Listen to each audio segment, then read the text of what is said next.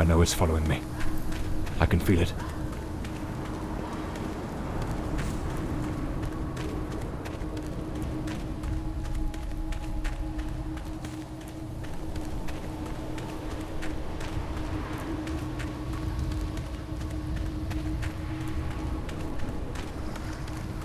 That sound. It's coming from the river.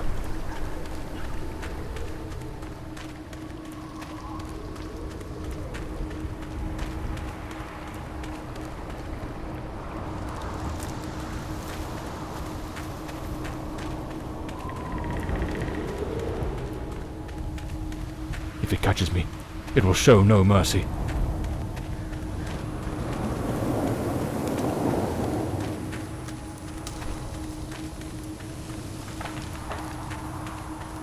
I know it's hidden somewhere in this forest.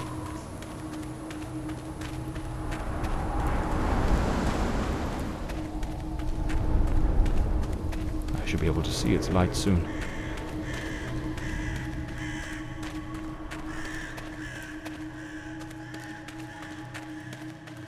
At last, I can gather my strength and plan how to face that monstrous thing.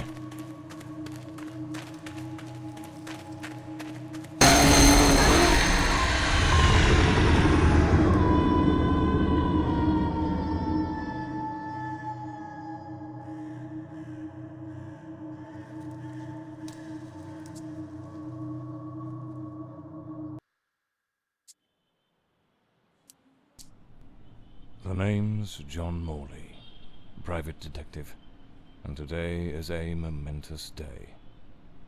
After enduring the most exquisite tortures at the hands of those blasted nurses, and being pumped full of enough medicine to fell an ox, today I'm finally free. Who would have thought that the case of the Red Shoes murder would end the way it did? A stormy night, soaked to the skin, wrestling that brainless killer on a rooftop. Then a slip and a 5-story plunge. It appears you're awake at last. We had considerable difficulty rousing you earlier this morning, so I deemed it best to let you rest a while longer. I bring you good news. The latest test results are favourable, and the doctor has authorised your discharge. You are now officially ready to go.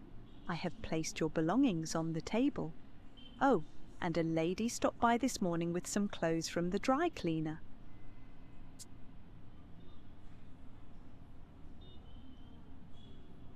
My belongings? I thought everything was already in the room. There are a few valuables and some coins we kept for safekeeping. They are in the box on the table. A woman brought my clothes from the dry cleaner. Was it Penny? I couldn't say. She arrived quite early, before my shift began. I've placed the garments in the wardrobe to keep them from getting wrinkled. I've been having nightmares. The doctor has prescribed some medication that should help address any residual effects. This should assist in alleviating your nightmares. So I'm better now? Yes, you are much improved.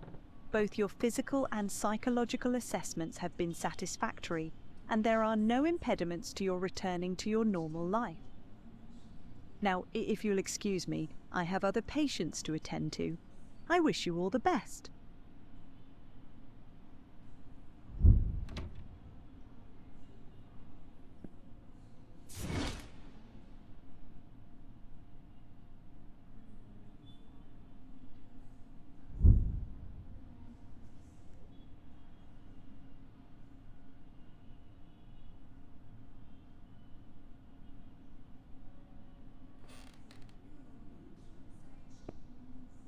That's me, the bloodhound Morley. Story of my life. Nearly broke. I better get dressed. Blimey, what a fall I took onto that rain-soaked pavement. And to top it off, with that downpour, I ruined my best suit. But, well, that's all water under the bridge now, quite literally.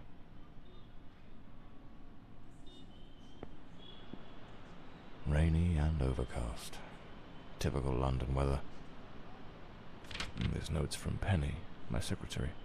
She must have left it here a few days ago while I was still under observation.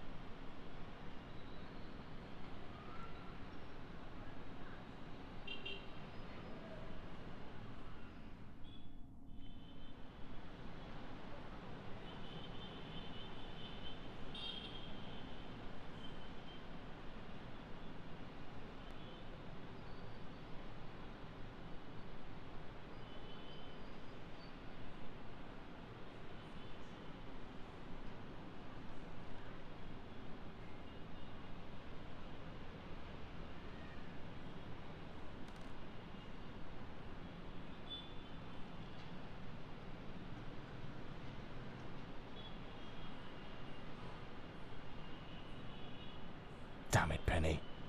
I don't blame her, though. I'm a right mess. I've managed to lose the only two things that kept me grounded. Her sound advice, always spot on, and the faint hope that she might dump Peter and give me a chance.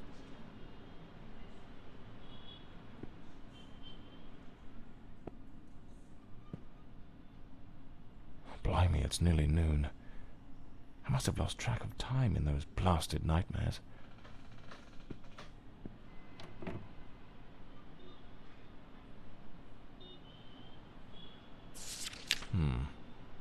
So the mystery woman who took my clothes to the cleaners was Penny after all. Seems she's still got a soft spot for me. Could there be a chance I might win her over?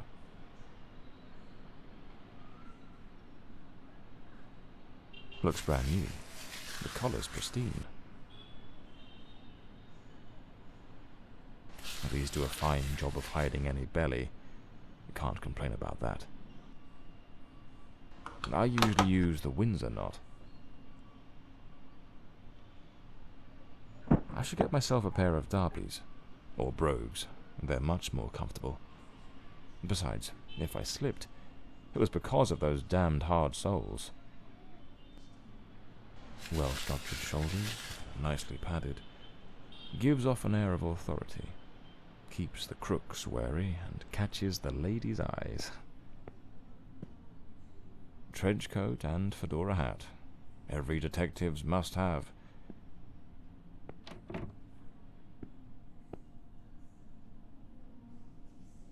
I'd better hurry up. Just like Penny says in her note, I might have a new client this afternoon. And with the way things are going, I can't afford to let that slip away.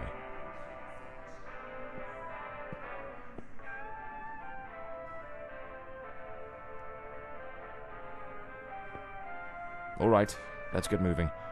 Today's the first day of the rest of my life.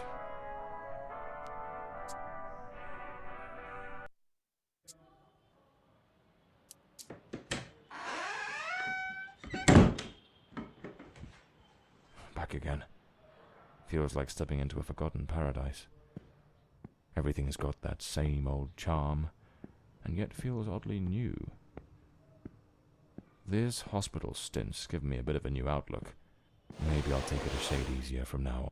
Here they are. Penny's keys. Just like it says in her note.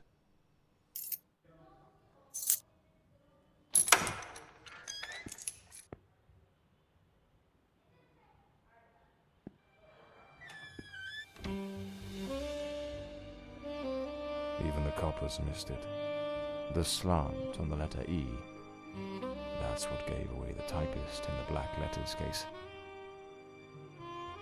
My files. Cases, clients, debts. Too many debts.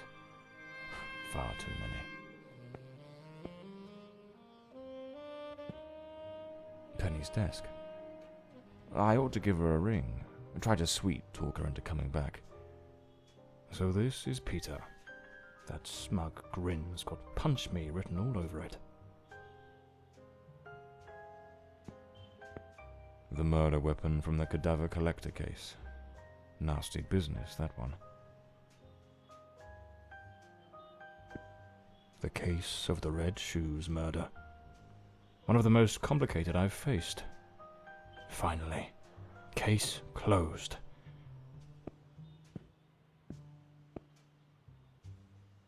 This case is worth its weight in gold. Everything you need for a portable lab.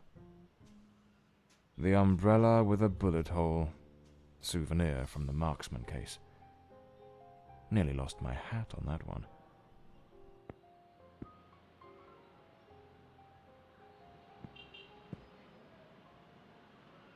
My desk, strangely tidy.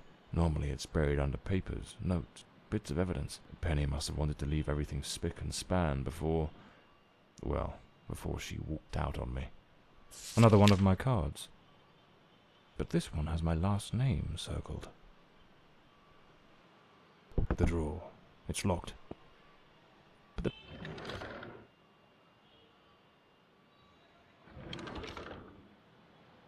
Amazing how this little gadget can reveal the devil in the details.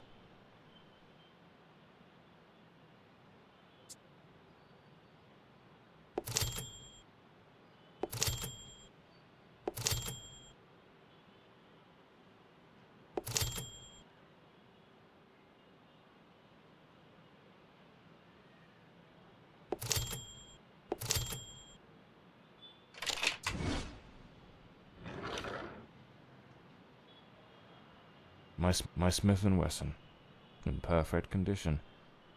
You never know when it'll come in handy. The Scarlet Page. I trust Penny didn't go snooping through my things while I was away. Oh, my apologies, madam. I didn't hear you come in. I was a bit distracted. Good afternoon, Mr. Morley. I trust your assistant informed you of my visit as promised. My apologies. I was rather engrossed and didn't notice your arrival. To whom do I owe the honour of this meeting? Lady Margaret Fordside, the 4th Countess of Bloomsbury. Lady Margaret, could you tell me what brings you here today? How can I assist you? I shall endeavour to be as candid as possible. 20 years ago, when my daughter was just 18, she was brutally murdered. It happened at our family estate, Bloomsbury Manor. Someone slipped into the house unnoticed, and upon reaching her room, delivered 5 fatal stab wounds to her chest, lungs, and heart. The police, eager to close the case, hastily blamed and condemned 2 violent thieves who clearly had nothing to do with her death. The investigation was closed, and justice was never served. I am prepared to offer you £30,000 if you take on this case, and a further £30,000 if you can solve it and bring the true killer to light. Tell me, Mr. Morley, will you accept this case? I understand your distress, Lady Fordside. But before I commit to anything, might I trouble you with a few questions? By all means, Mr. Morley. Ask whatever you must.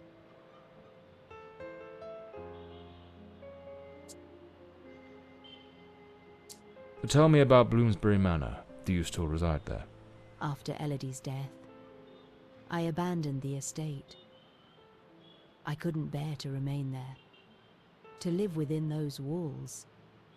Even now, when I visit the manor, it still feels as though I can hear her footsteps echoing through the halls, her voice humming that old melody, the delusions of an old woman who has mourned her daughter for far too long. Mr. Morley, no mother should ever have to bury her child. Should you accept the case, Bloomsbury Manor would likely be the best place to begin the investigation. I shall not impede your work, as I now reside at Bedford Square, in the heart of the city.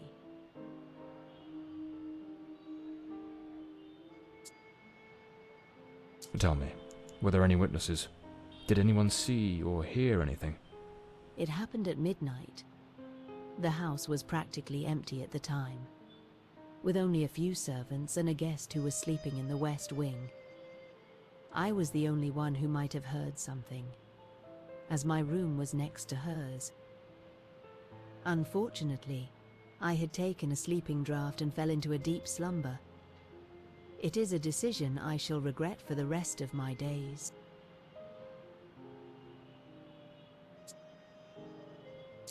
Tell me about the men the police arrested. Why are you so certain they weren't guilty? 2 days after the murder, the police arrested a pair of violent thieves who were terrorizing the county at the time. Though they swore their innocence in my daughter Elodie's death, their criminal record completely undermined their defense. Seizing the opportunity, the police locked them away for their other crimes, and the case was closed. But what has always struck me as suspicious is that nothing was stolen on the night my Elodie was killed. If those thieves were truly the culprits, why would they murder her and then leave without taking a single piece of silver? It doesn't add up, Mr. Morley.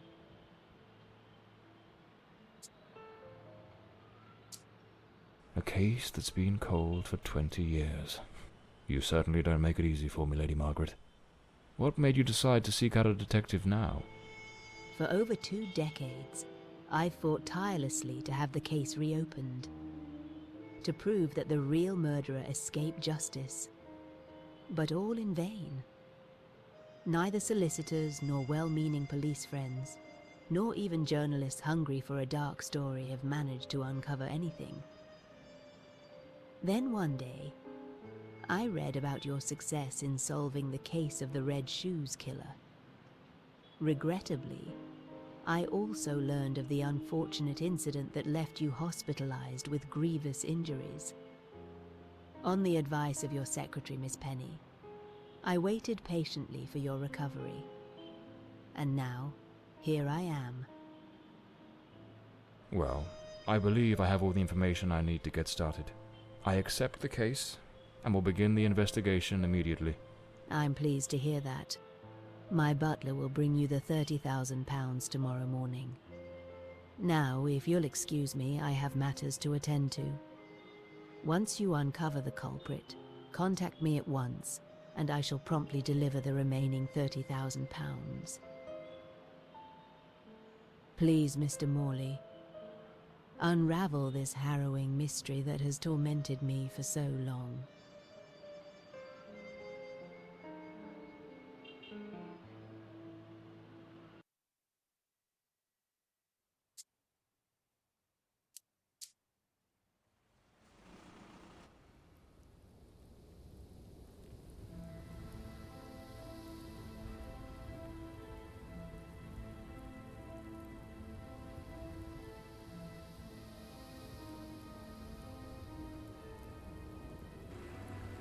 As I made my way through the dense forest path, a haunting silence enveloped the air. It was as though the very night of the crime still lingered here, shrouded in an eerie calm. The manor stood before me, its facade as inscrutable as the shadows that danced in the moonlight. Every step I took felt like a step deeper into the heart of a mystery that refused to be forgotten.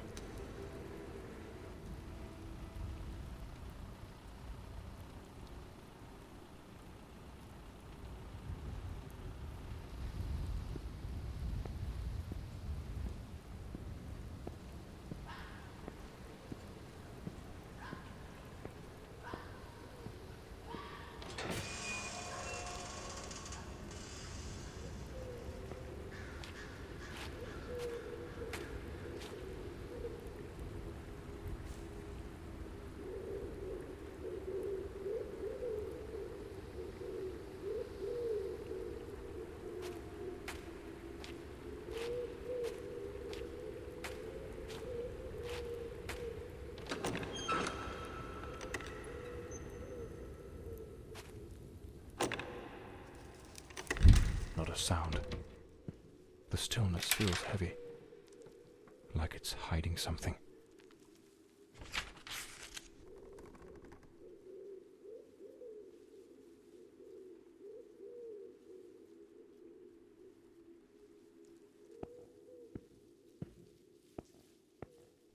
This painting, it's rather grim. There's something deeply unsettling about it. Almost like it carries a shadow of its own.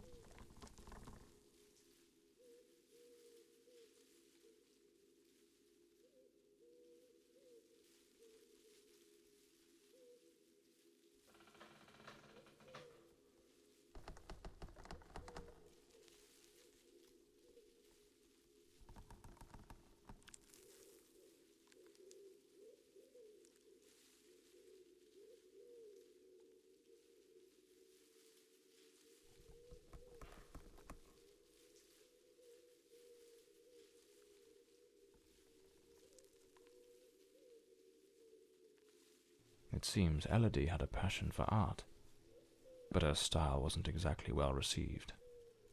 Disturbing from the looks of it. The door's chained up with a padlock. Looks like I'll need to find the key.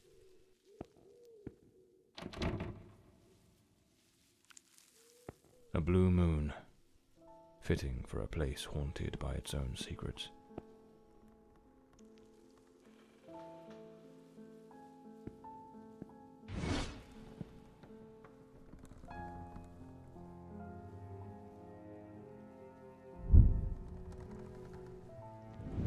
So, the housekeeper left a note for the Countess, asking her to meet here on the day of the murder.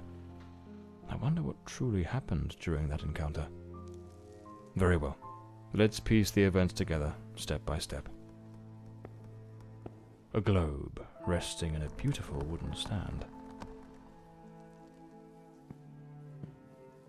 2 chairs. One of them knocked over. Lipstick stains. Same shade the Countess wore when she visited my office. An empty envelope. Did the housekeeper hand the Countess a letter? The housekeeper's cup is still here. Tea spilled across the table. She never got to drink it. Looks like someone arranged tea in the library that day. It seems they met here, but something went wrong during the conversation. I am very angry. After all these years of service, this is how you repay me? Walking away like this? I'm sorry, madam, but the situation has become unbearable. My bags are already packed.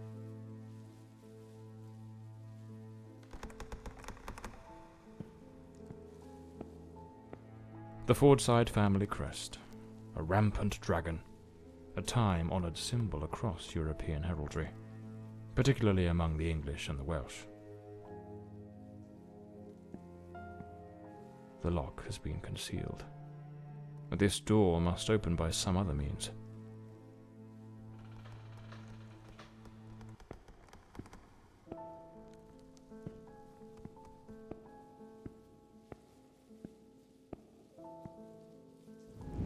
The Countess threw the housekeeper out in a fit of rage. In her haste, the housekeeper forgot one of her bags. What was it that unsettled the housekeeper enough to abandon her post so suddenly?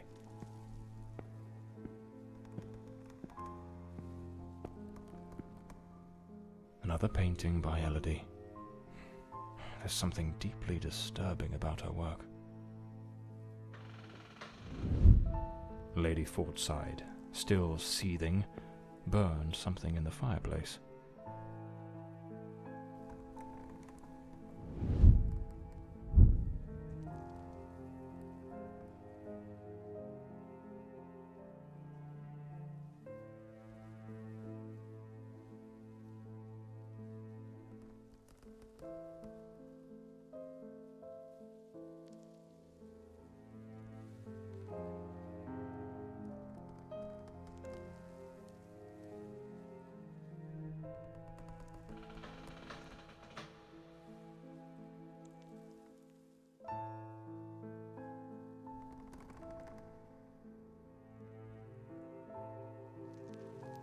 The housekeeper resigned.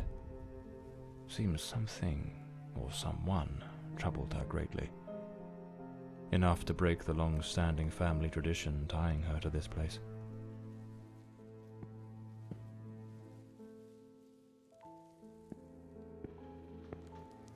Looks like this is the Fordside family book, showing some of their ancestors.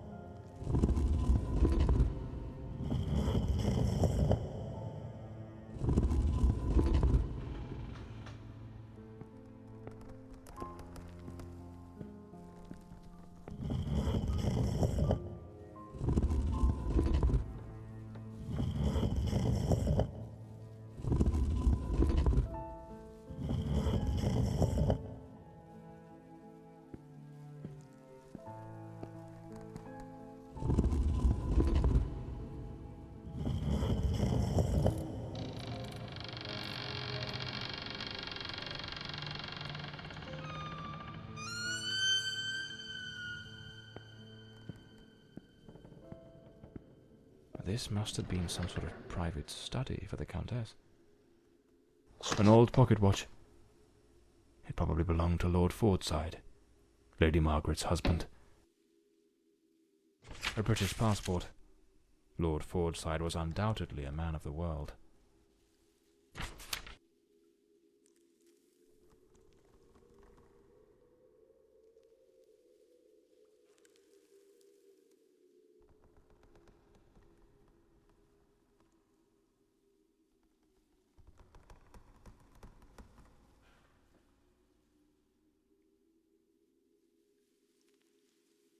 Elodie was committed to a psychiatric facility, but she supposedly recovered from whatever ailed her. Lady Margaret and a young woman. I suppose it's Elodie. They look happy. It was undoubtedly a better time. This looks like the key to the main hall. Could be my way into the heart of the house.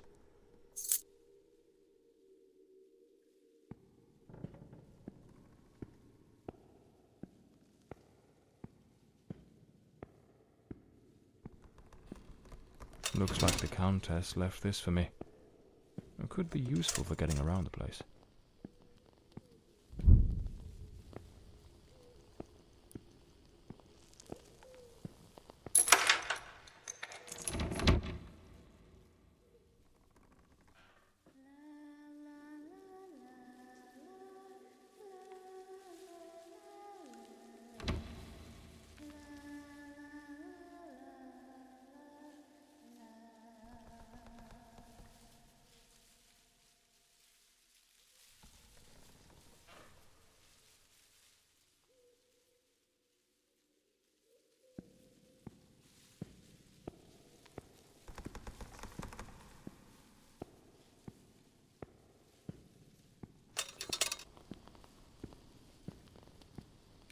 Layers of dried oil paint, left untouched for 20 years.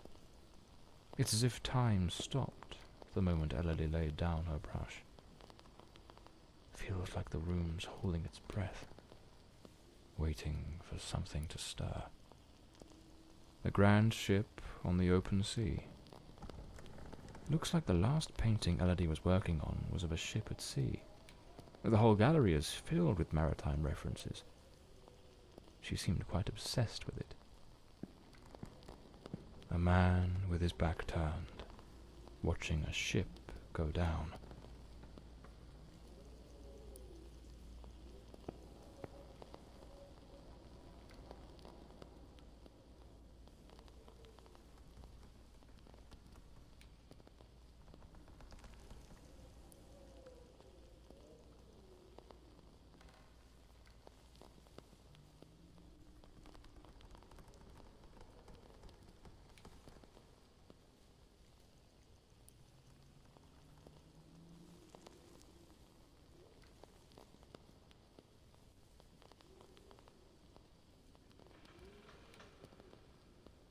Lady Margaret took special care to secure the house, restricting access to certain areas. Looks like some sort of clue. Trace the tree's journey from birth to decay. Follow the path of the artist in a thoughtful display. Arrange the 4 stages and the door will obey. Unlock the path ahead as art lights your way.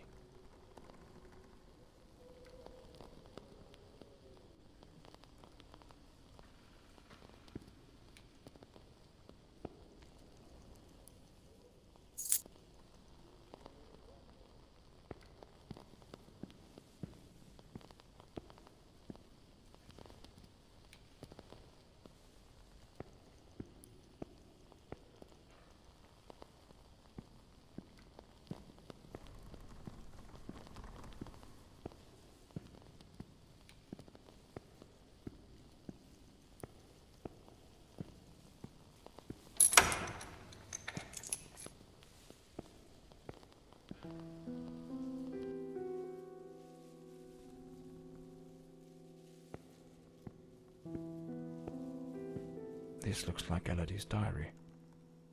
Let's see what her last entries reveal.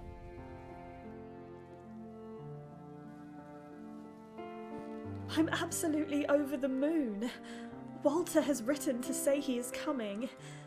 I met him at the Westland Sanatorium, and we have grown so very close.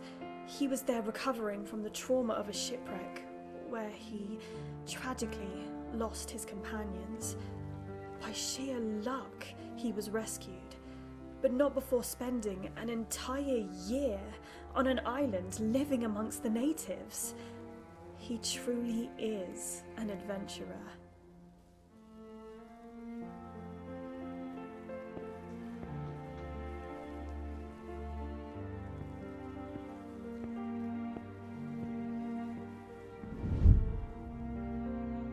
I'm so happy. Walter has finally arrived. I must admit, I am utterly captivated by him. I invited him to visit, and he gave me his word he wouldn't fail to come as soon as he was able to leave. And now he's finally here. I can scarcely contain my joy. It feels as though all the darkness has faded away.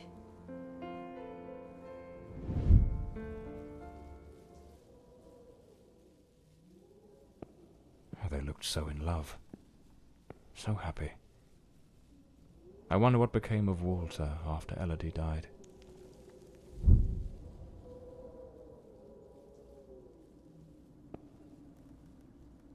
Damn it, it's not here. It's simply not here. This must be the Countess's handwriting. What was she searching for? Looks like a commercial seaman's yearbook, listing ships and their crews. It's open to the pages under S.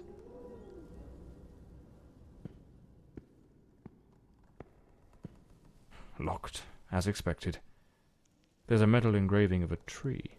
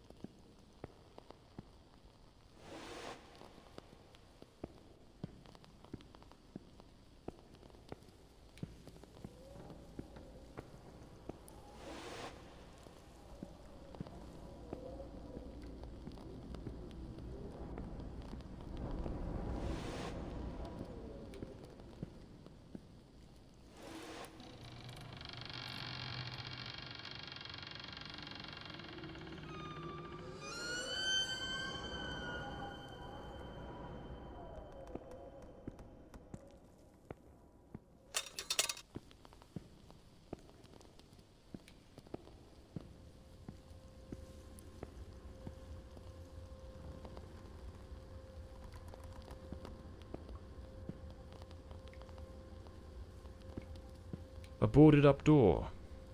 The access to the servants' quarters appears to be blocked for some reason.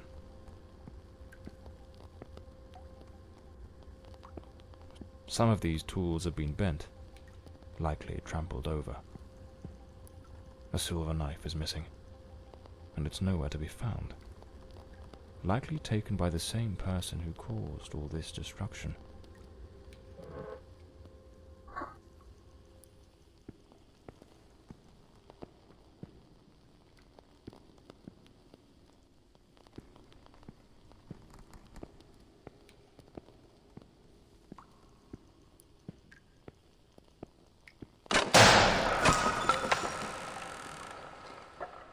Looks like the crowbar is broken. Lady Margaret, after the death of her daughter, dismissed the staff and left the mansion.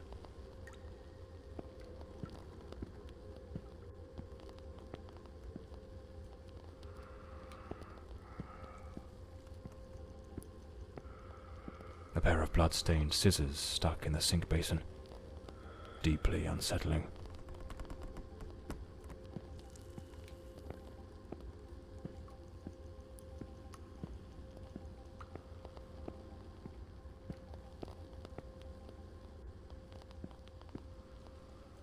No doubt, this is the cook's room.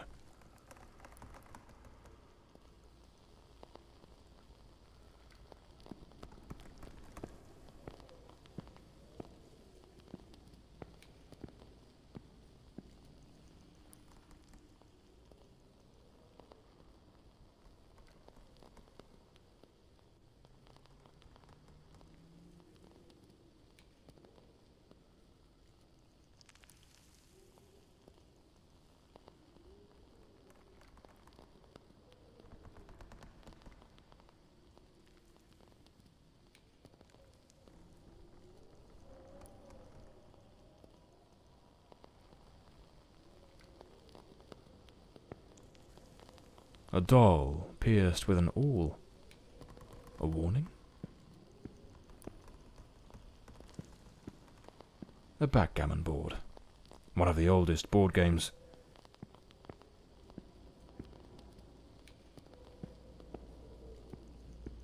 Miss Marver apparently knew her way around the tarot. What a dreadful spread, and what a chilling omen it revealed. Evil approaches. It will bring death, and lay ruin to the house and all who dwell within.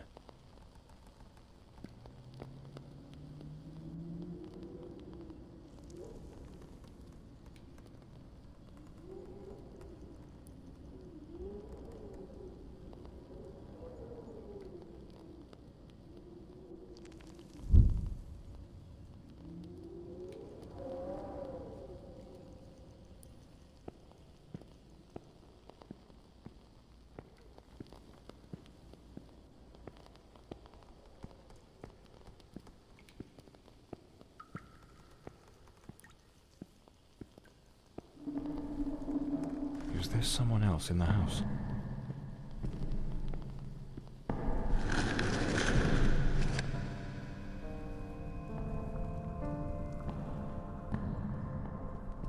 Who the devil is that man? He had a knife. I'm completely in the dark here. I don't think he saw me.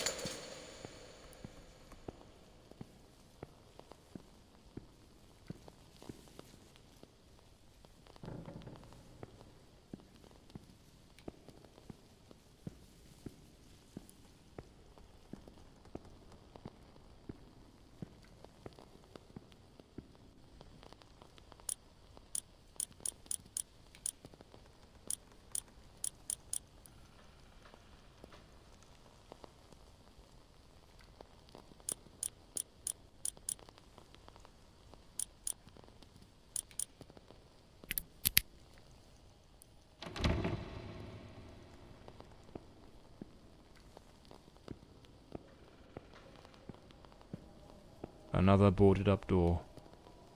The question is, was it sealed before the murder? And why?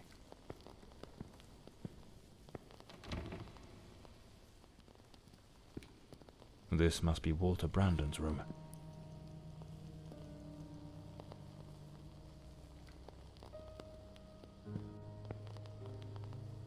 A model ship. Mr. Brandon must have felt a deep yearning for the sea. A compass and a sextant, tools of a sailor. An empty bottle. It smells of good rum. The diary of Walter Brandon. Perhaps it holds some clues about who he was, and what his involvement in this case might be.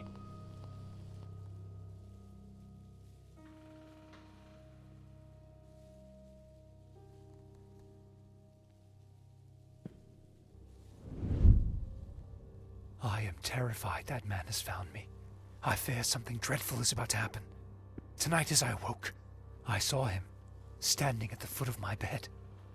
I could not make out his face, but his knife. The gleam of its blade shone in the darkness. I sprang up suddenly, determined to confront this stranger. Grabbing the heavy candlestick from the nightstand, I hurled it with all my strength. He vanished into the dark.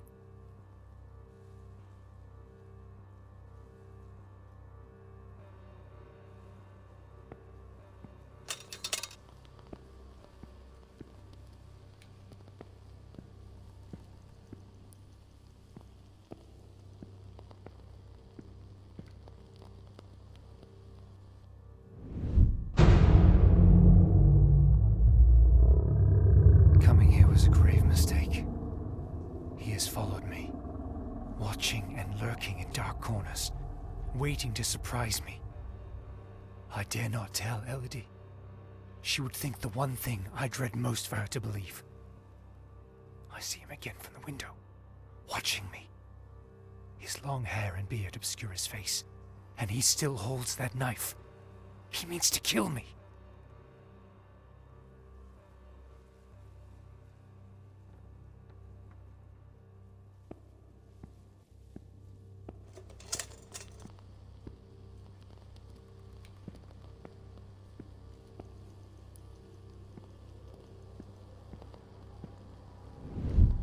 I am losing my faculties. It is best I return to the ship. Everyone seems to be conspiring against me. The housekeeper despises me, accusing me of misconduct. Perhaps I'm not a man of refinement, but I know what respect is. Yet this morning, as I awoke from my rest, she was enraged with me. It was of no use to tell her I had slept peacefully. An external maid who comes to clean was crying and accusing me of having approached her in an unseemly manner. I would never do such a thing. I am a sailor, a man of the world.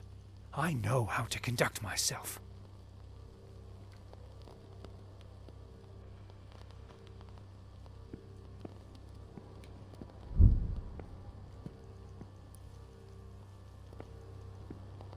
The last entry in the diary, dated the very night of the murder.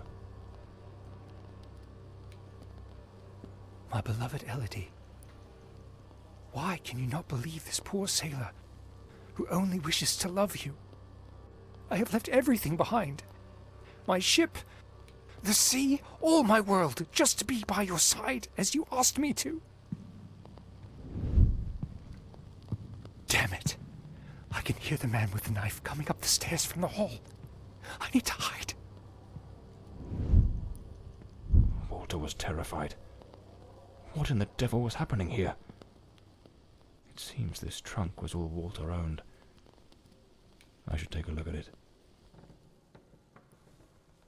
A photograph of Elodie. No doubt Walter cared for her deeply.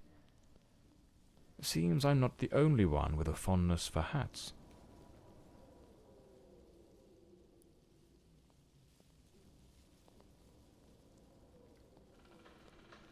Looks like the key to the back garden. I better head back to the staircase gallery. Pretty sure I saw a door to the outside there.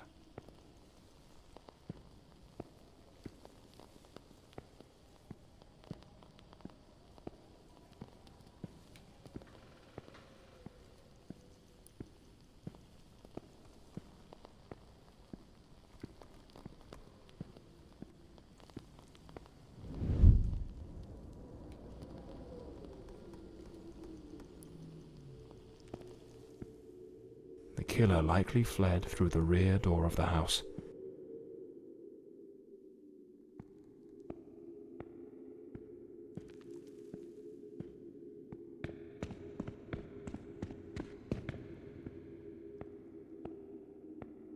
At that old fountain in the garden, now little more than a basin of stagnant water, one can still make out the faint impressions of bloodied hands. It seems almost certain the killer stopped here, in a hurried attempt to wash away some of the blood spattered across his body.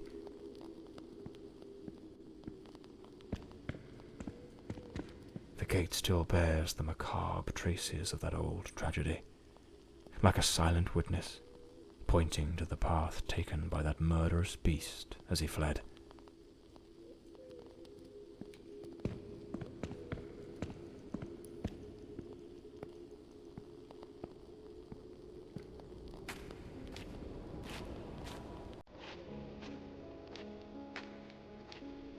Here's the missing kitchen knife.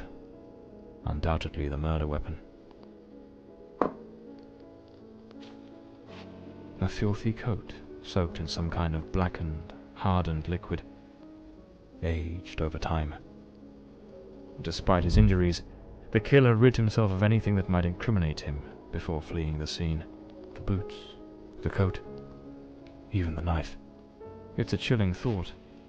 But those very items remind me of the figure seen lurking near the manor, the same figure Walter Brandon spoke of with such dread, and perhaps the very one who was said to have harassed the maids. That mysterious presence was, in all likelihood, the murderer of Elodie Fordside. This ought to do the trick for that boarded-up room upstairs, just by Walter Brandon's room.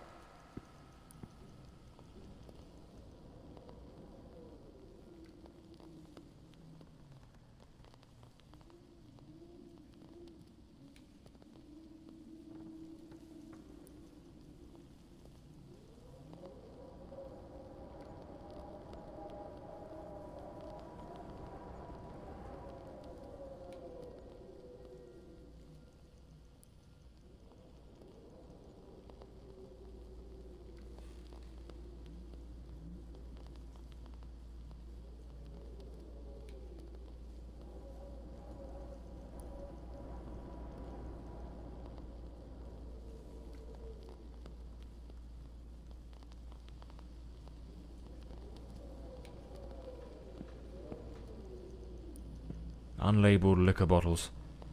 The damp and the passing years have likely worn away whatever once marked them. There's a distinct scent of wormwood, the plant at the heart of absinthe. A sharpening wheel. Lord Fordside likely crafted his own chisels. Lord Fordside was a gifted artist, no doubt, but his work betrayed a dark and tormented soul. This unfinished fallen angel stirs in me a curious sense of unease, almost repulsion.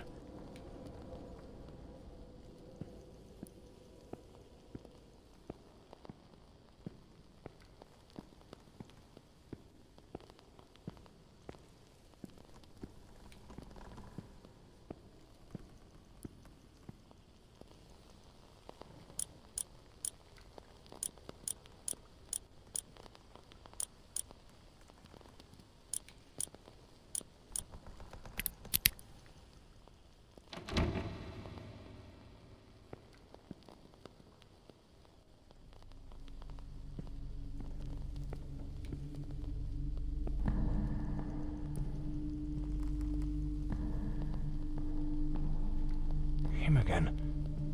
Who the bloody hell are you?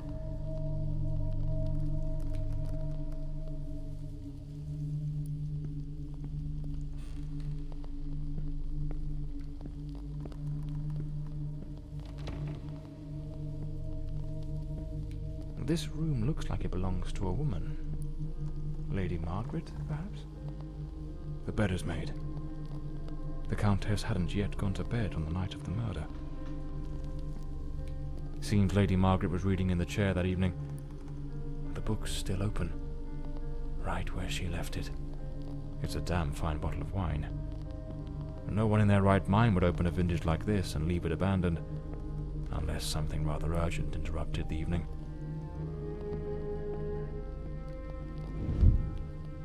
This is a nightmare. I am deeply concerned for Elodie. The housekeeper has long been warning me about Walter. I have made some inquiries, and nothing is as it seems. Elodie remains blissfully happy with him in the house. I am at my wit's end. Since her return from the sanatorium, she has been positively radiant, a true beacon of light. They go out together and seem to have a splendid time. He appears very close to her. This is in stark contrast to the picture painted by the housekeeper, which is a complete contradiction.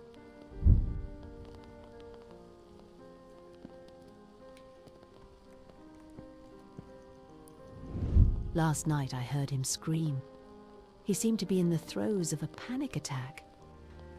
I approached on tiptoe to the guest quarters, and then suddenly I was struck with terror. An insane, maniacal laughter echoed through the night. It did not sound like him. The following morning, Walter and Elodie went out to sail on the pond. Everything appeared normal, and he was the most charming he has ever been.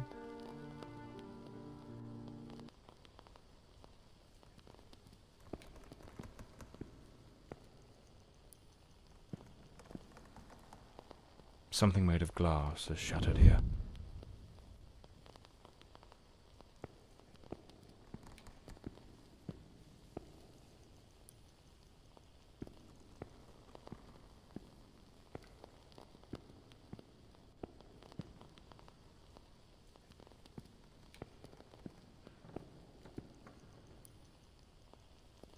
The fireplace tools, all knocked over on the floor.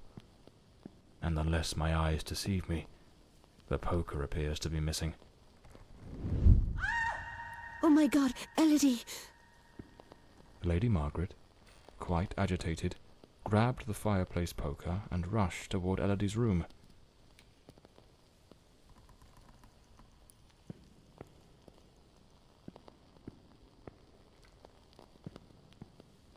A key. Likely the one to Elodie's room. Lady Margaret lied to me. She hadn't taken any sleeping draught that night. She could have heard the attack and rushed to see what was happening. Why did she hide this from me? The more I investigate, the more convoluted it all seems. I should head to Elodie's room to search for answers.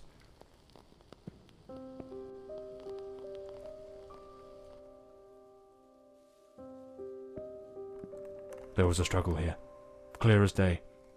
Not a clean break-in. The killer wasn't subtle. Photograph of Elodie Fordside and Walter Brandon. If my memory serves me right, looks like it was taken at Westland Asylum.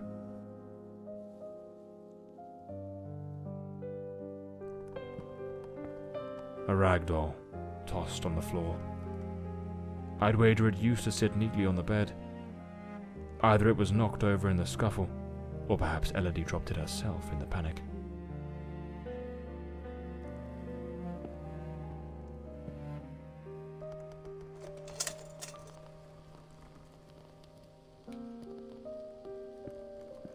A pool of dried blood. There's no doubt now. This was the scene of the crime. Judging by the sheer brutality of the crime, we can almost certainly conclude the killer was a man of considerable build.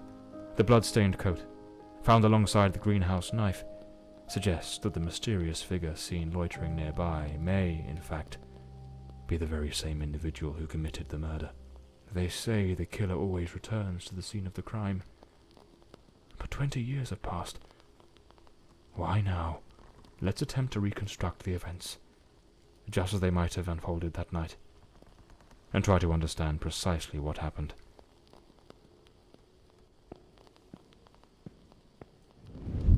A teacup on the bedside table.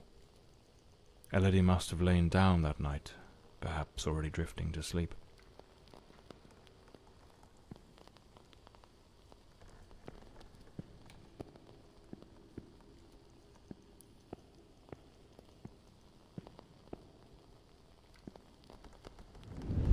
The door's lock, completely broken, indicates someone forced their way into the room, likely startling Elodie awake.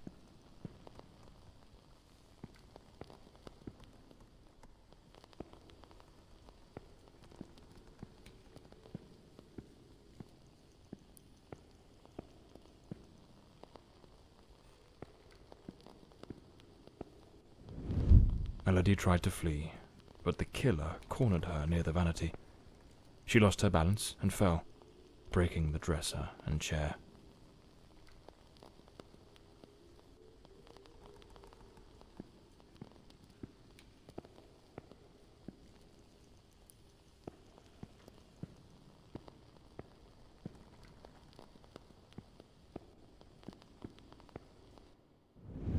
The killer dragged her to the bed against her will.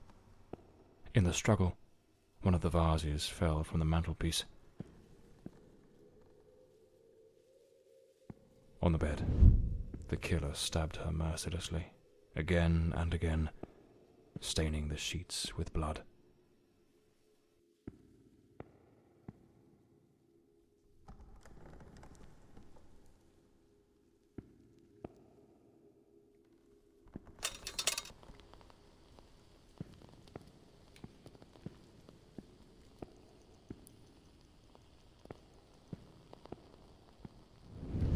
That's when Lady Margaret arrived, striking the killer with the fireplace poker, knocking him away from Elodie.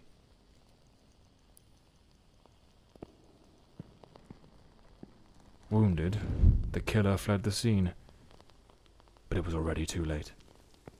Elodie was already dead.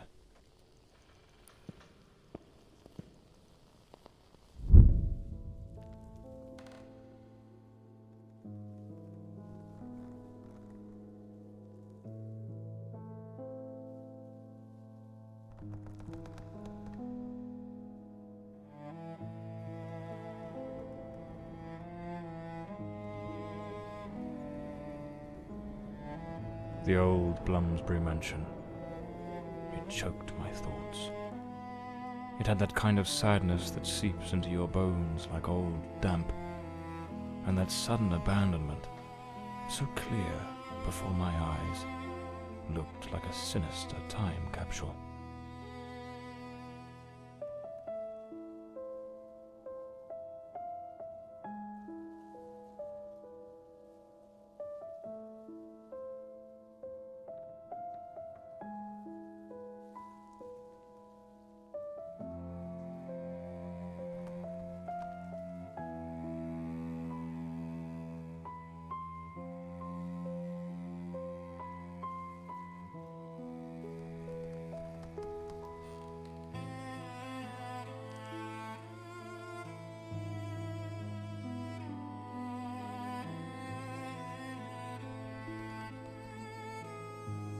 one thing was certain. My next move was to dig up answers about the man with the knife, and about Walter Brandon, the sailor from Westland Asylum, an old, forgotten sanatorium that, 20 years ago, was the scene of a meeting between Elodie Fordside and that Brandon fellow.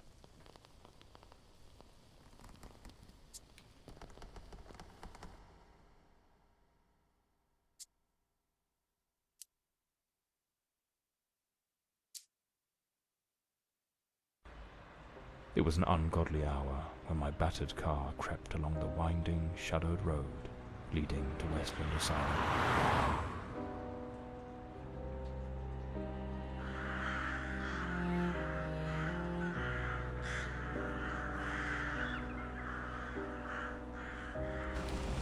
But what I found upon arrival was disquieting. The building, forsaken for more than a decade, remained illuminated. Was it some ancient emergency system defying the passage of time? Or was someone awaiting my arrival?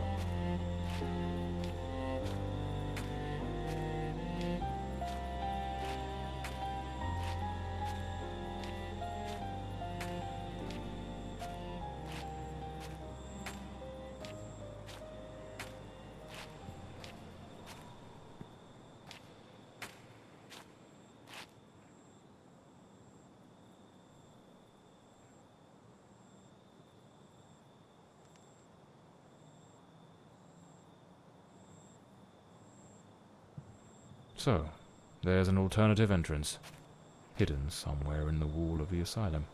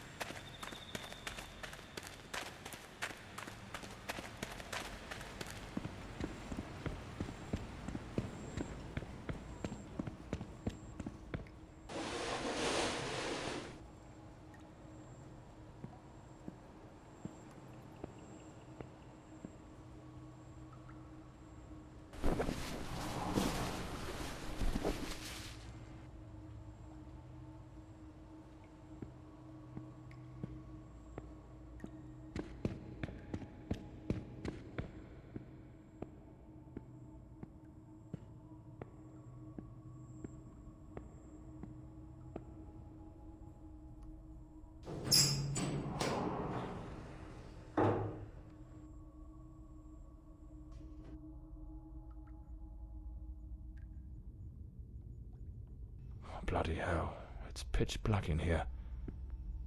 Looks like I've stumbled into what could be the kitchen.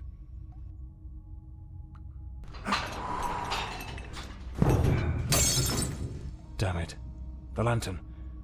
It's broken. I'll have to manage without it for now.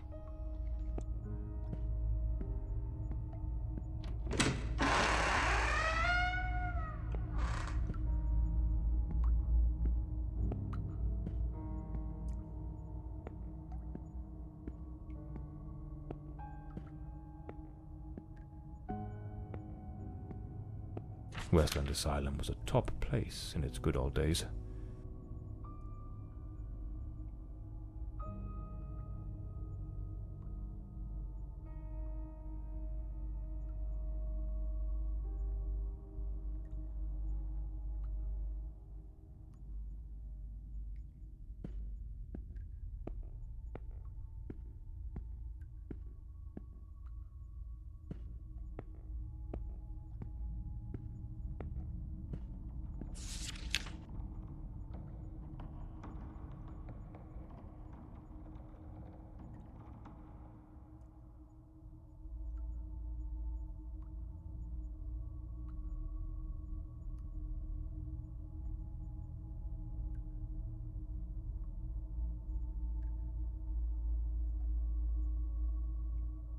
The asylum was shut down 10 years ago.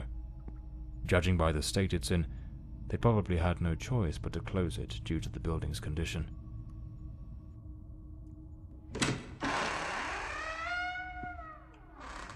The girl? How is the girl? You mean Miss Elodie Fordside? Don't worry, that bloke didn't lay a finger on her. But you took quite a knock. This is going to smart.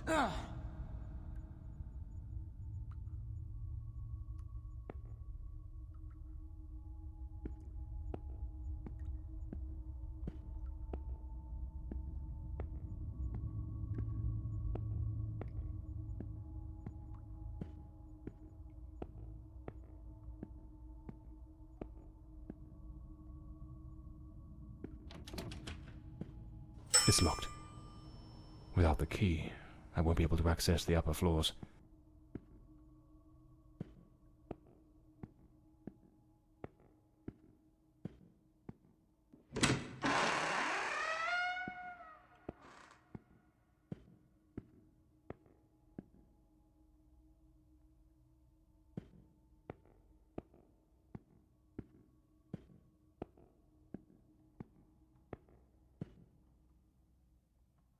This file cabinet is now empty.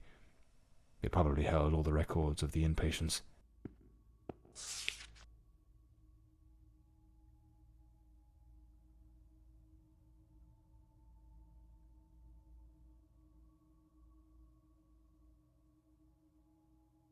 I need to find Dr. Sheridan's office.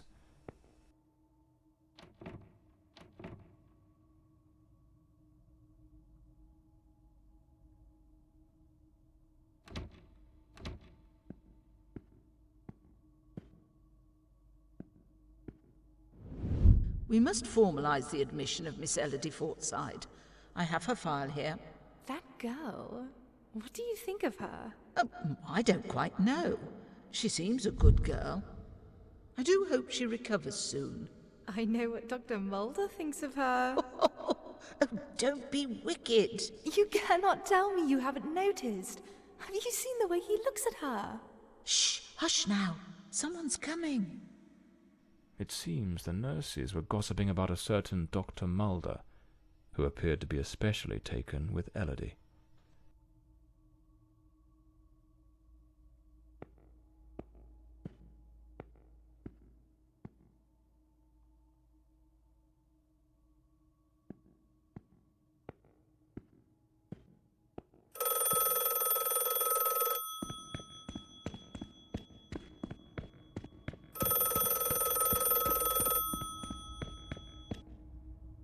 Hello? Hello? Can you hear me? Mr. Morley, is that you? Lady Margaret? Mr. Morley, I'm so relieved to hear your voice. I've been trying to reach your office, but I couldn't get through to anyone. It's awfully late at night, Lady Margaret. How on earth did you know I was at Westland Asylum? Well, I was already in bed, truth be told. But there was something on my mind. A vital detail I'd forgotten to mention. I called your office, searched for you at the mansion, and when I couldn't find you there, I assumed you might be investigating at the asylum.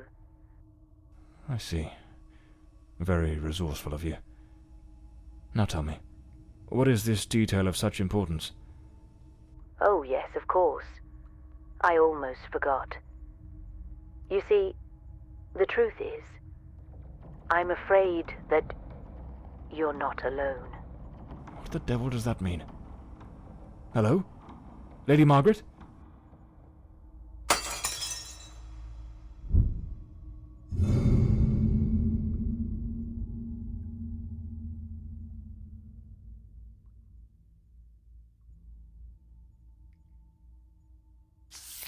May 1922. This letter was written half a year before Elodie's murder. It's possible she was still a patient here at the time.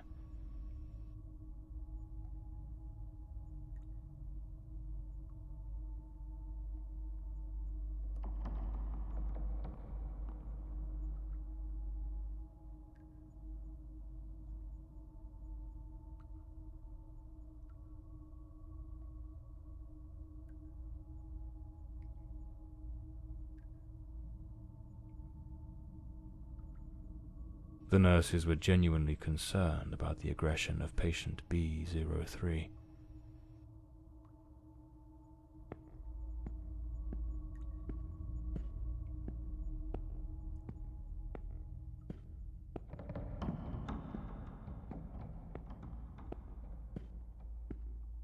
Is someone there? Damn it. I've got a bad feeling about this.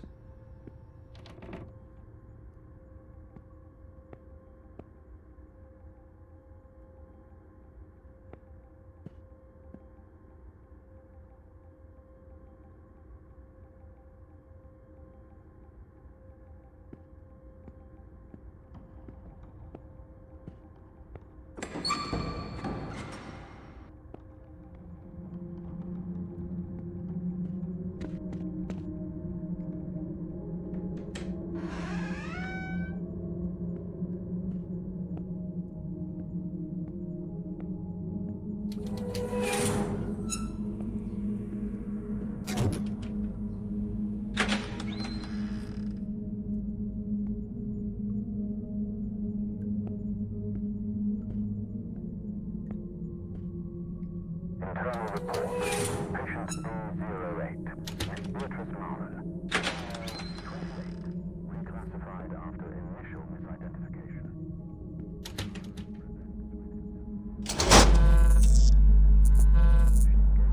Sarcophagy. Self-cannibalism that has markedly compromised her physical integrity and compulsively ingests her own hair. These actions, driven by deep psychological torment and overwhelming despair, leave her in a perilously fragile state. As a precaution, she is secured in a straitjacket and confined to an environment entirely devoid of any utensils or objects that might facilitate further self-harm. Her treatment protocol centers on the administration of potent sedatives to alleviate anxiety and curb these impulses, with ongoing monitoring.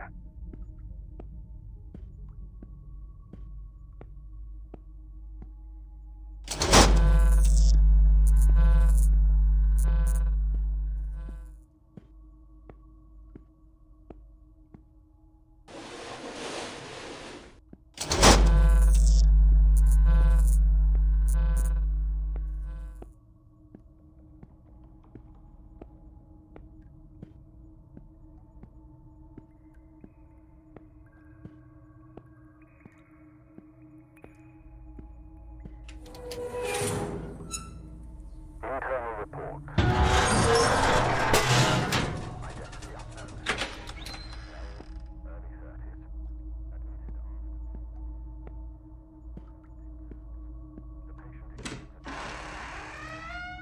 Internal report. Patient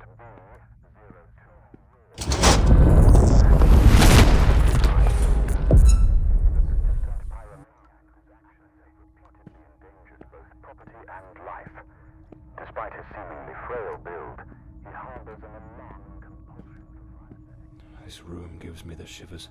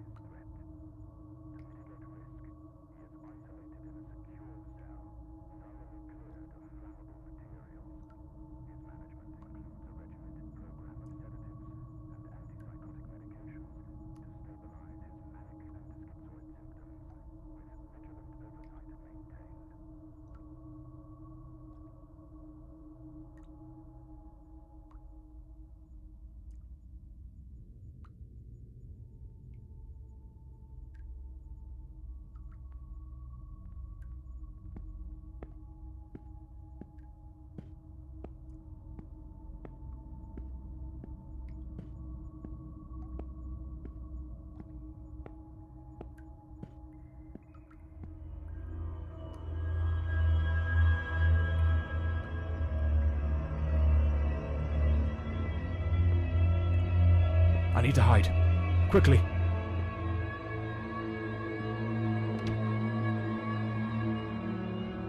I can't hear it.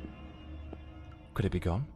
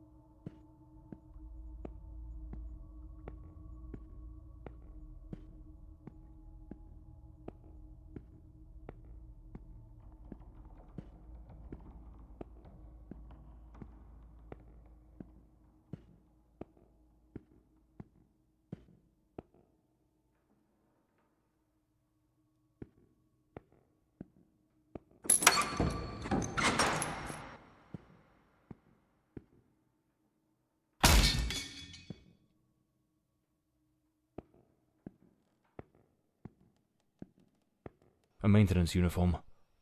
Oddly well prepared. Not a speck of dust on it. Clean water, an apple, a bit of bread. The food's still fresh. A cigarette case, with a bit of tobacco still inside.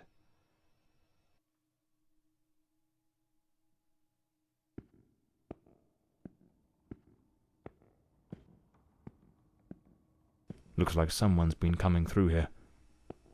Perhaps this is what Lady Margaret meant in her call.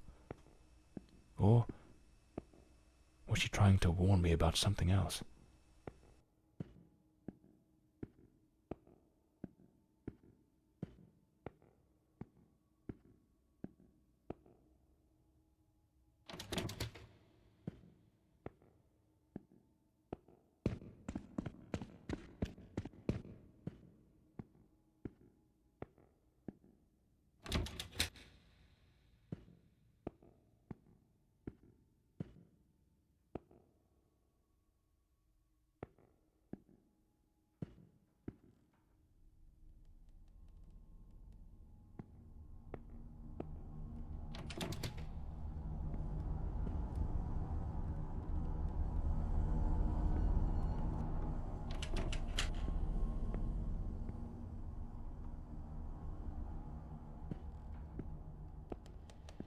I'd rather not go through there. Looks ready to cave in at any moment.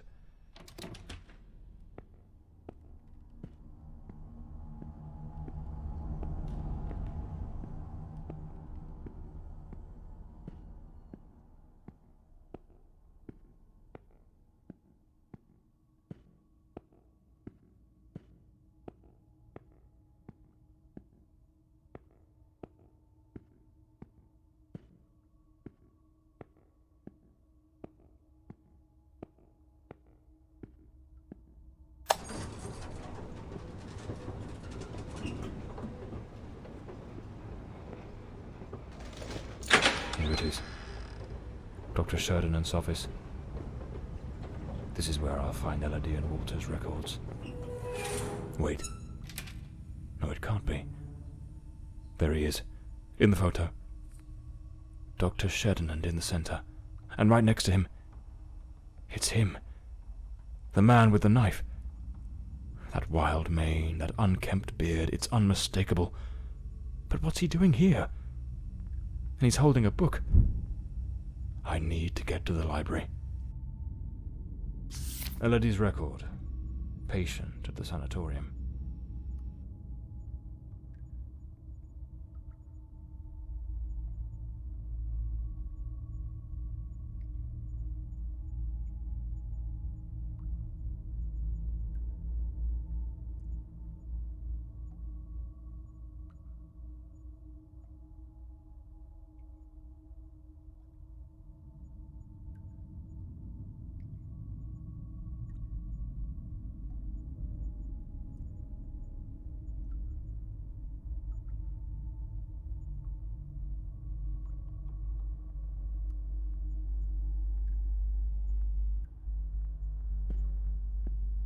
Nothing of interest here. Strange. Elodie's record was easy to find, but there's no sign of anything related to Walter Brandon. Something doesn't add up. What am I missing?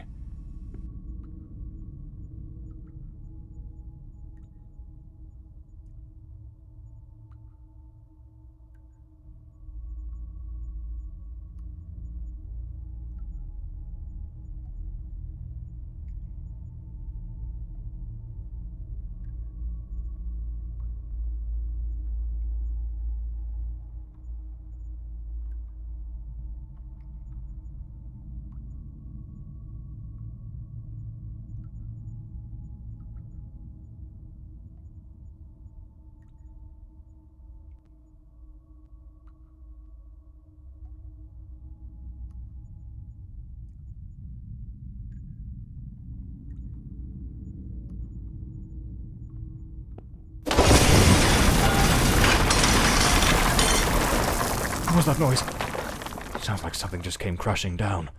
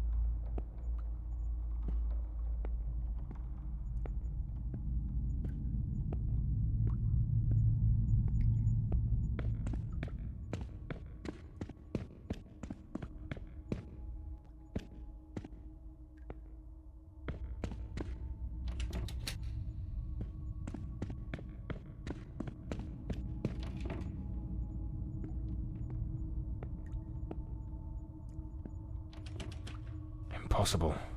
Locked as well.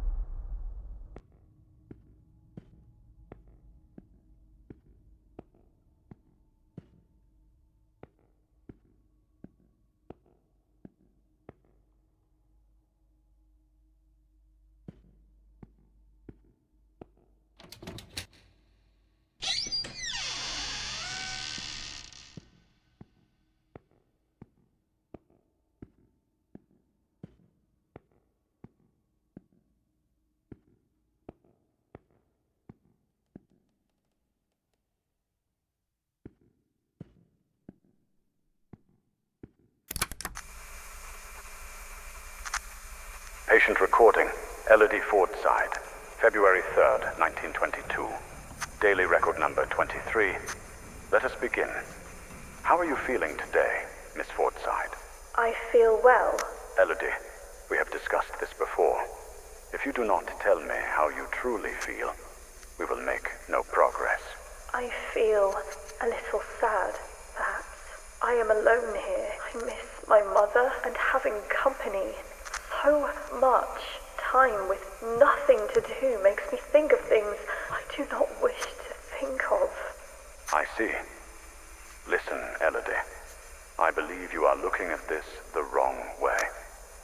If Instead of dwelling on what you call dark thoughts, you are to focus on possibilities. Your outlook would change entirely. A young, beautiful woman such as yourself should look to the future with excitement. Think of all the adventures that lie ahead. Your family, your career as a painter. Perhaps even finding a man of good standing. One who could protect you from your demons. A man? Tell me, Elodie, is there no man who stirs your heart? What in God's name do you think you're doing? Miss Fordside, you may go. We shall continue later. Very well. Have you lost your mind? Where is your professionalism? Do not presume to judge my methods with your oh-so-righteous reading therapy. Methods? The entire hospital is whispering about you. She is a patient, Dr. Mulder, and she is mentally unwell. Listen, Ferdinand. Stay out of my affairs, and I shall stay out of yours. Or have you forgotten which one of us is the director of this institution? Do as you please, but if I ever witness such a scene again, I will not remain silent. Damn fool.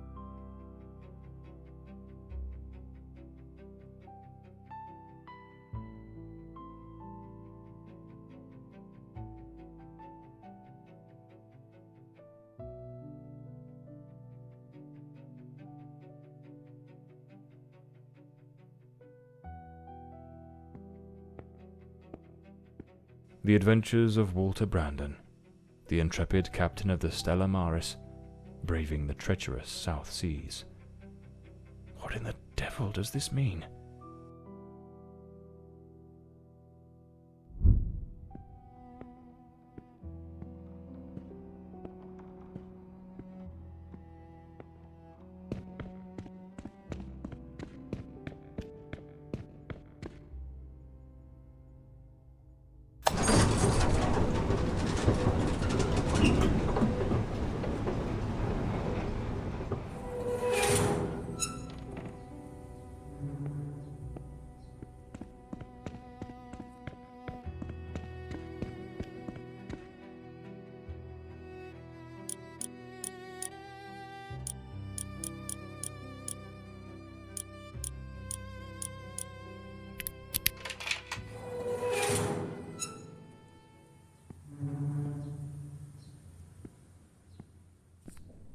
That hospital screen is positioned like the sail of a ship.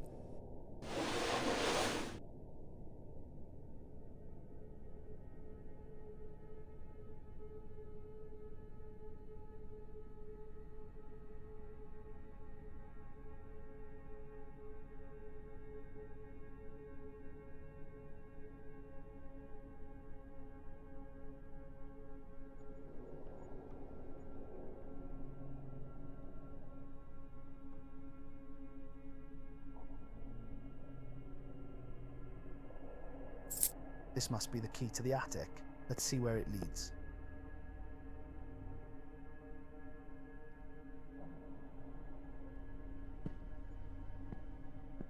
A ship's old helm, tied to the bed, as if it were the quarterdeck of a vessel.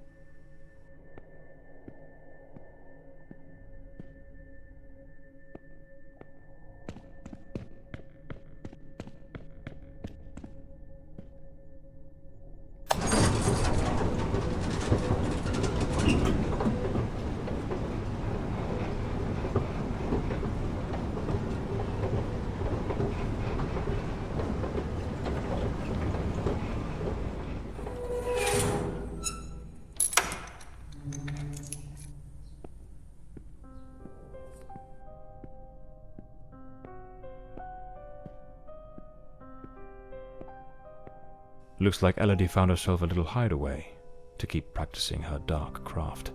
Powerful drugs for depression. Anxiolytics. The girl improved, but it seems the doctors were baffled by her mind. Elodie found painting, and with it, a way to spill the shadows that crawled through her mind.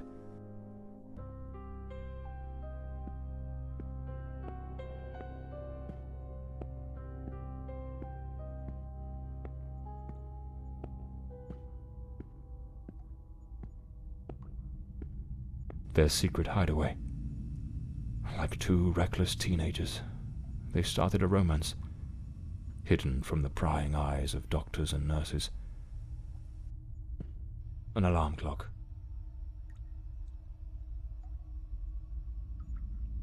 Most likely, they used it to slip back to the second floor before anyone noticed they were gone.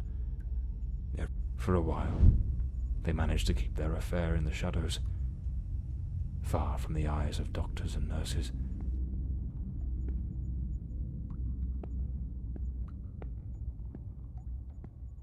A pair of scissors and a comb. Elodie put in real effort to make him fit the mold of her ideal hero. Hair on the chair, strands on the floor. This is where the transformation took place.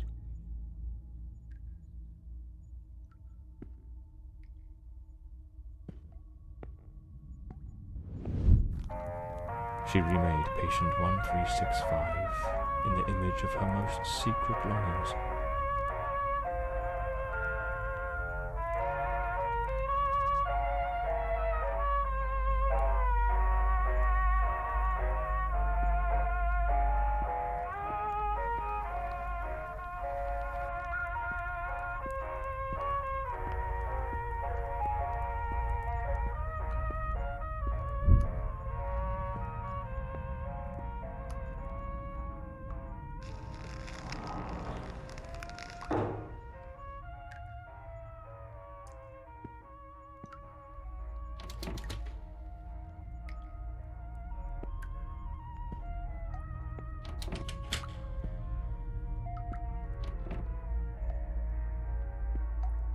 The room has been decorated to resemble some sort of island in the South Seas.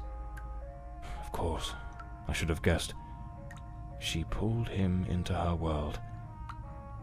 Elodie created Walter Brandon. A draft letter, scratched out and full of corrections.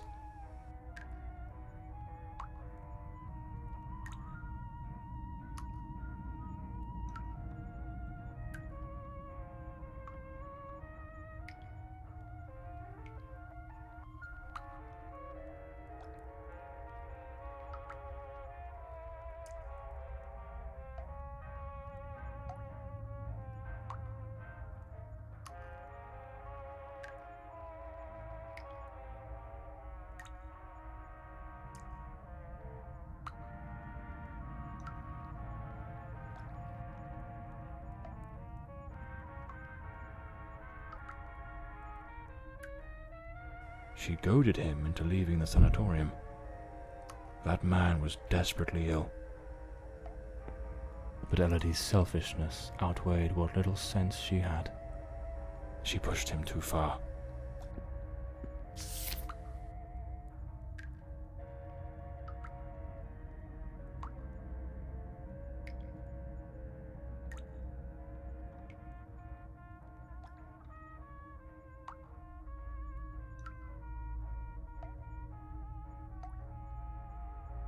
This letter.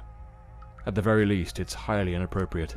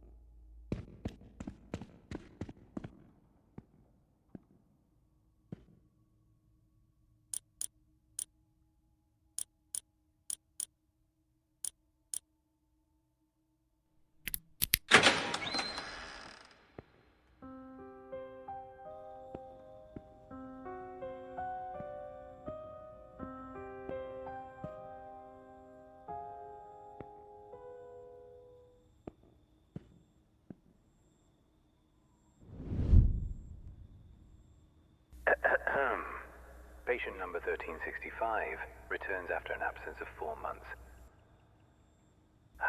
He's in a state of utter disorientation, perspiration pouring off him, and good heavens, there's a severe wound to the skull. His clothes and hands are covered in blood, and it doesn't appear to be his own. He cannot recall his name, nor anything that's happened during these past months. Seems to have found his way back here more by some strange instinct than by memory itself.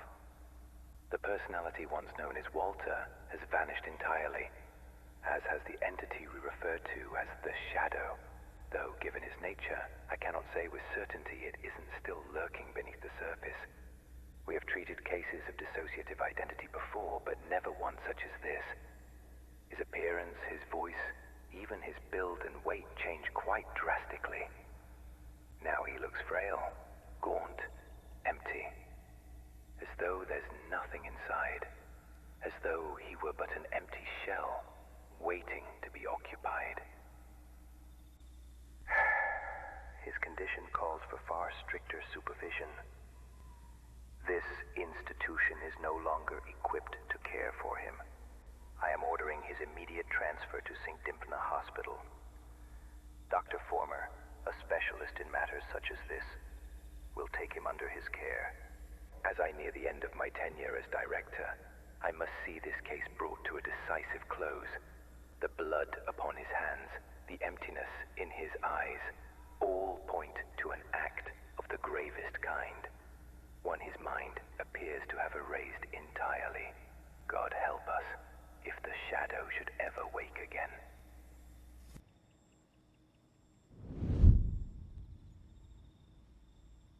So it seems Walter came back to the sanatorium of his own accord, though he was utterly incapable of recalling what he'd done. They moved him to St. Dymphna's hospital.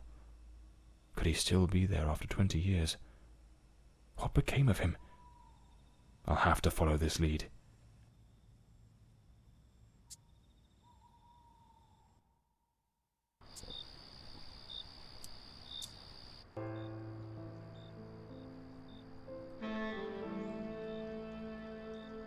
That man returned to the new sanatorium, remembering practically nothing.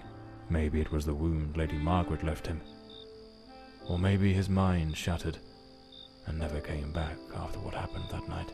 As for me, I was hired to find the one who killed Elodie Fordside, and my intuition told me they were still there, in the depths of St. Dymphna.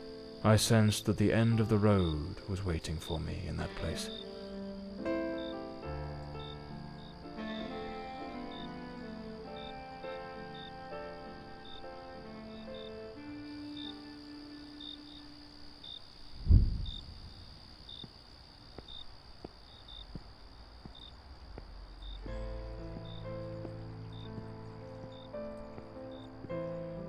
can't very well saunter in through the front door as if nothing's amiss. I'll need to find another way in.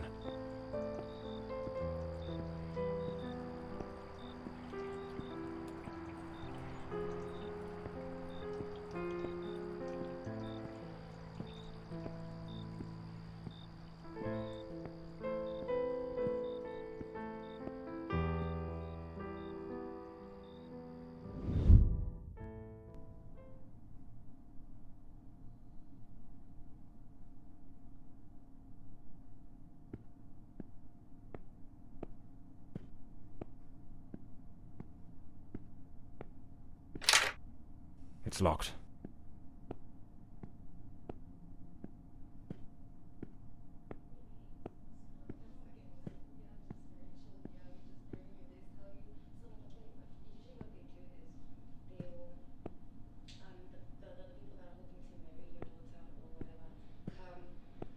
The night shift nurses are behind this door.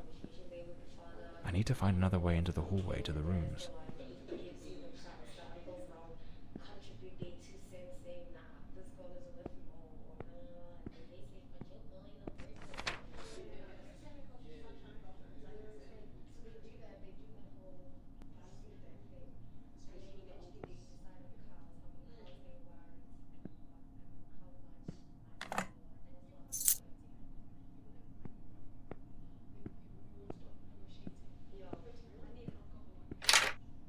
It's locked.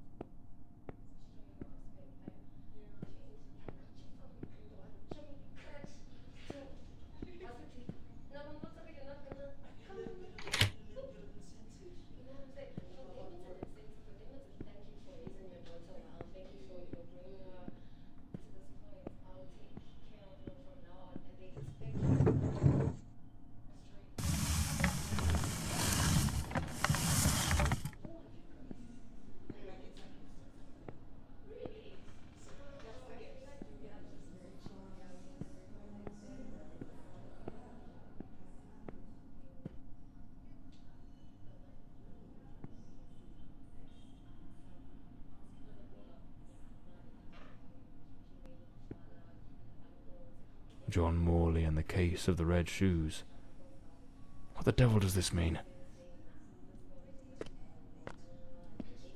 Lady Margaret. That fateful night, I was startled by the noise. Those wretched cries of agony from dear Elodie. I rushed to her chambers, and there you stood, stained with the blood of the one soul I cherished above all others in this world. The housekeeper had warned me, but I turned a deaf ear. Elodie was finally happy, even amidst your incessant bouts of volatility. Yet, with the passage of time, your demeanour darkened. More and more frequently, that sinister presence lurking within you began to surface, each appearance more violent than the last. Elodie no longer gazed upon you with the starry-eyed affection of a smitten young woman. The atmosphere in this house grew suffocating, fraught with an unbearable tension. That very afternoon I spoke with her. She had resolved to end your engagement. You seemed, or so I dared hope, to have accepted it with grace. But that night, that very night, you ended her life in the most savage manner imaginable. I threw myself upon Elodie, desperate to save her. but alas, it was far too late. Months later, I learned you had returned voluntarily to the sanatorium. I sought answers and immersed myself in understanding the afflictions that plagued you. Dissociative identity disorder, they called it. A condition in which one might host multiple identities, each vying for dominion over the body. But the man confined in that bleak institution was not the shadow, not the fiend who had stolen my daughter. No, he was but the shell, the hapless vessel. And I yearned to find the true culprit, not the facade, the murderer himself. Thus I devised my plan. I came to visit you, and just as Elodie had done, I crafted a new role for you, a new identity to inhabit. I brought books, personal artifacts, penned letters as Penny. I leased an office and prepared every detail meticulously, down to the smallest thread, for your return as John Morley. Everything had to be flawless. And why, you may ask? To make you remember, to awaken the shadow, to summon forth the murderer from the abyss of your fractured mind. John Morley is a good man. Walter Brandon was a spirited young sailor, brimming with love for Elodie. But the shadow was a merciless, unrepentant killer. I wanted to destroy the murderer who had stolen my daughter. But I could never bring myself to harm an innocent man. My obsession, my singular purpose, was to awaken the shadow.